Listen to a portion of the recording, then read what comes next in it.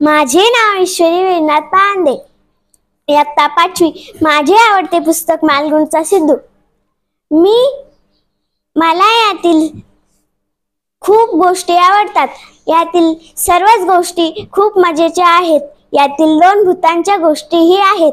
असेच यातील हसण्यासारख्याही खूप गोष्टी आहेत आणि ह्या गोष्टी आमच्याच सरांनी लिहिलेल्या आहेत। ह्या गोष्टीतील मला कोकरू ही गोष्ट खूपच आवडते। ही माझी प्रिय आहे। मला यातील ते कोकरूचे पाय लांब होतात हे खूपच आवडलेले वाक्य आहे।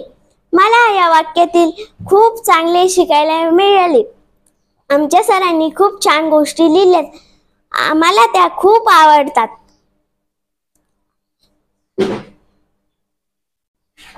एके दिवशी रात्री रामू अण्णा ते बैलगाडीतून चालले होते, तेव्हा त्यांना एक कोकरू मिळालं।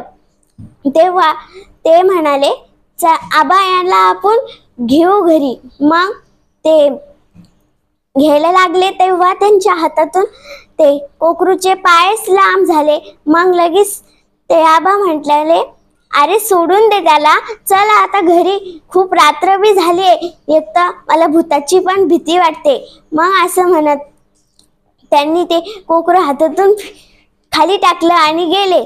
आणि असं माग बघत त्यांनी ते पाय लांब होताना बघितले। आणि घरी जाताना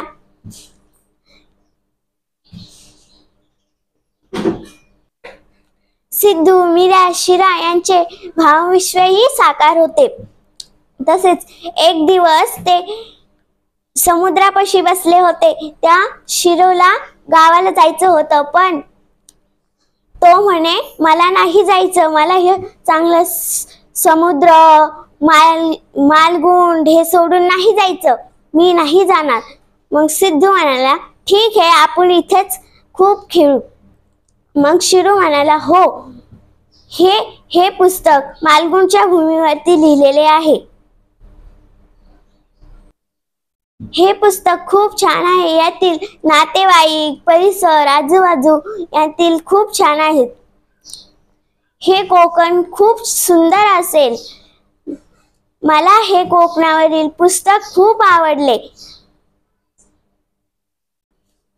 कोकणातील अन्नभूषा, खाद्यपदार्थ आणि यातील नारळाची झाडेही खूप सुंदर आहेत। सिद्धू, मीरा, शिरा हे 3 जण मित्र होते आणि ते तिथेच दिवसभर बसायचे आणि त्यांना ते तिथलं खूप सुंदर वाटायचं।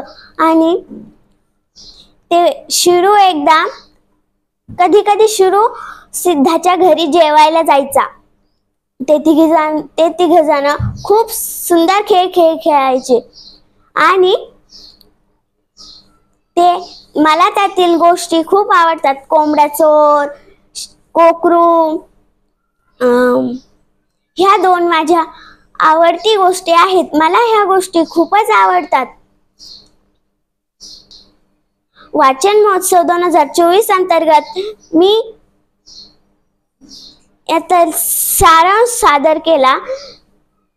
आता मी थांबते। जय हिंद, जय महाराष्ट्र।